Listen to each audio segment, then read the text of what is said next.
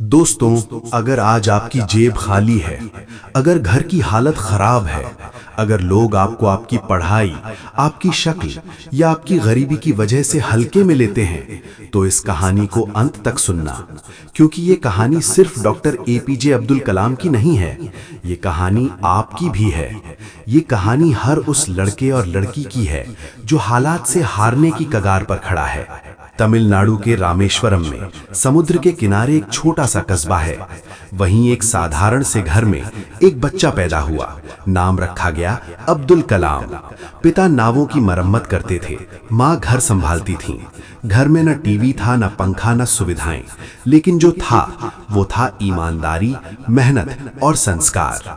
जब बाकी बच्चे सुबह चैन की नींद सोते थे, तब कलाम साइकिल लेकर अखबार बांटने निकल जाते थे।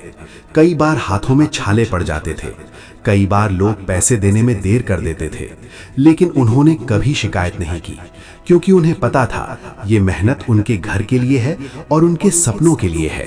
दोस्तों, गरीबी सबसे पहले इंसान का आत्मविश्वास तोड़ती है। लोग ताने मारते हैं, लोग हंसते हैं और धीरे धीरे इंसान खुद पर शक करने लगता है। लेकिन कलाम ने ऐसा नहीं होने दिया। उन्होंने गरीबी को अपना परिचय नहीं बनने दिया। पढ़ाई आसान नहीं थी। कई बार किताबें खरीदने के पैसे नहीं होते थे, कई बार फीस भरने की चिंता रहती थी, लेकिन कलाम घंटों लाइब्रेरी में बैठे रहते थे। वो जानते थे अगर हालात बदलने हैं तो खुद को बदलना पड़ेगा। आज जो बच्चे एसएससी, रेलवे, पुलिस, यूपीएससी की तैयारी कर रहे हैं, वो समझ सकते हैं कि बिना पैसे के पढ़ाई करना कितना मुश्किल होता है। जब दोस्त घूमने जाते हैं, जब रिश्तेदार ताना मारते हैं, इतनी पढ़ाई से क्या होगा, तब अंदर से हिम्मत टूटती है। लेकिन यही वो समय होता है जो इंसान को बनाता है। कलाम का सपना था फाइटर पायलट बनना। उन्होंने दिन रात मेहनत की, इंटरव्यू दिया, मेडिकल पास किया, लेकिन जब आखिरी लिस्ट आई तो उसमें उनका नाम नहीं था। वो टूट गए, पूरी तरह से टूट गए। कई दिनों तक उन्हें समझ नहीं आया अब आगे क्या करें।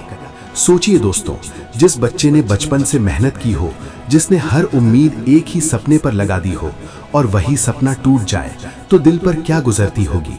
वो गंगा किनारे बैठे थे, आंखों में आंसू थे, मन में सवाल था, क्या मैं नाकाम हूँ? लेकिन वहीं जिंदगी ने उन्हें एक सीख दी। हर रिजेक्शन हार नहीं होता।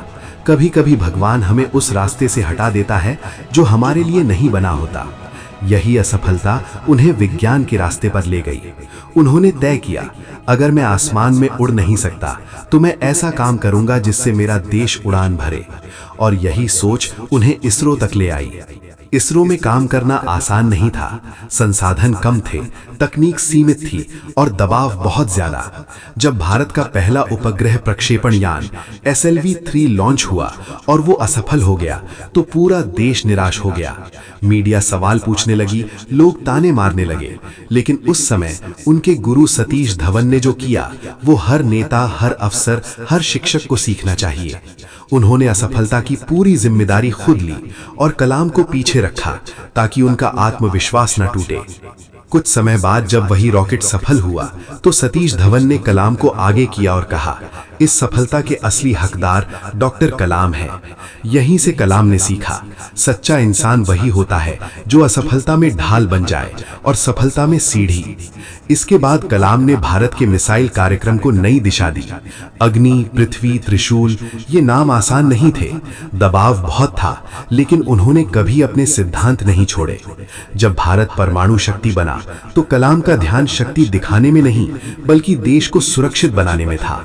वो कहते थे, ताकत का असली मतलब जिम्मेदारी होता है। साल 2002 में वही अखबार बेचने वाला बच्चा भारत का राष्ट्रपति बना।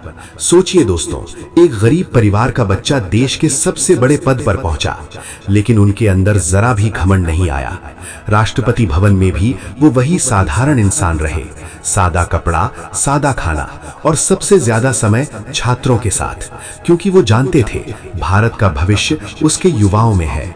वो युवाओं से कहते थे, सपने वो नहीं होते जो नींद में आते हैं, सपने वो होते हैं जो नींद उड़ा देते हैं।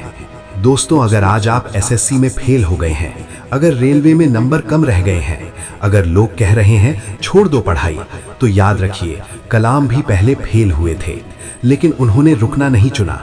असफलता अंत नहीं होती, असफलता सिर्फ ये बताती है कि आपको और मजबूत होना है। हालात चाहे जितने भी खराब हो, अगर आपकी सोच सही है तो देर हो सकती है, लेकिन हार नहीं।